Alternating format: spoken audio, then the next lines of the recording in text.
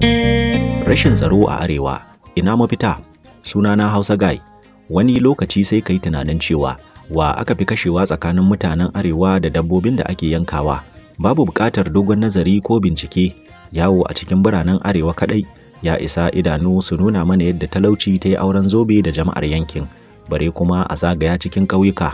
Arewan ne dai tafi yawan mutane a ƙasar, kuma ita ɗin ne dai tafi yawan marasa ilimin addini da na boko a ƙasar. Da za a tattara adadin mutanen da ba boko ba addini a arewacin Najeriya, yawansu ya fi mutanen ƙananan hukumomi 23 da ke cikin jihar Kaduna, kuma Kadunan ita ce ta biyu a yawan mutane a arewacin Najeriya. Waɗannan abubuwa biyun su ne tushen rashin tsaro a arewacin Najeriya, kamar da yadda ya sha fita daga bakin masana kuma ya tabbata a cikin littattafan tarihi da na zaman lafiya a faɗin duniya. Ko azumi muke yi, ya muke ji a yinin wannan ranar? To mu kwatanta da waɗanda su talauci ta sa suke yin azumin dole ba lada, kuma suna ganin mu cikin gari muna tuka manyan motoci, suna kuma wucewa ta gaban manyan gidajen da muka giggina, suna gani suna jin yadda AC ke gurnanan hura mana sanyi a cikin gida, su yana hura musu zafi a waje. Masu imanin cikinmu su ne masu raba kayan abinci lokaci-lokaci, wani lokaci ma da fafe ake ɗan tsatsakurawa mutane su samu, wasu kuma kaga suna raba kuɗaɗen cefane a kofan gidansu a sati-sati.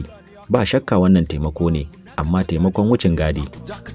Duk da cewa aiki tukuru muka yi muka tara kuɗin da muke da shi, amma ƙoƙari wajen kauda jahilci da talauci a yankin ba wai taimakon addini ko al'ada ba ne, taimakon kai da kai ne, domin rashin hakan ya sa yanzu muna ji muna gani yawon rana ya gargare mu cikin jin daɗi, bare kuma yawon dare da tuni ya fara zama abin karantawa a littafin tarihi a mafi yawan garuruwan arewacin Najeriya. Ba wai kawai shugabannin hukumomin tsaro a Najeriya ba, ita kanta ƙasar Najeriya ɗan arewa ke rike da ita, kuma su ne ya kamata mu gani a sahun gaba wajen kishin yankin, amma sau da yawa sai dai mu ji an ce sun turo da saƙon jaje, shi ma ɗin a lokacin da aka ga dama. Mu kuma a ɓangaren mu, duk da tarin dukiyar da Allah ya bamu, ba wai don mun fi kyau ko wayau ba, mutum nawa ka taɓa ɗaukar nauyin karatunsu daga ƙauyen da ka fito? Yara nawa kika taɓa tallafawa koyon sana'a da ba su jarin dogaro da kansu?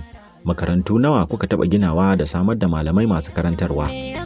Wani abin haushi da na taɓa gani shine wata hajiya ce ta je garinsu ta kashe miliyoyi wajen gina masallatai sama da 5, amma a garin makarantar firamare ma ta gwamnati ƙwara ɗaya ce, haka islamiyya ɗaya ce a garin, babu kuma makarantar sakandare ko guda.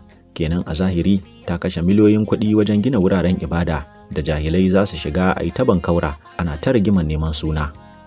In dai ba mu dage wajen kawar da talauci da take ci gaba da zaman dirshan arewa ba, kuma muka ƙi ɗaukar matakin raba auren da jahilci ta yi da miliyoyin 'yan arewacin Najeriya, to ba shakka mu da zaman lafiya sai dai mu hango a makota muna santi da marmari daga nesa.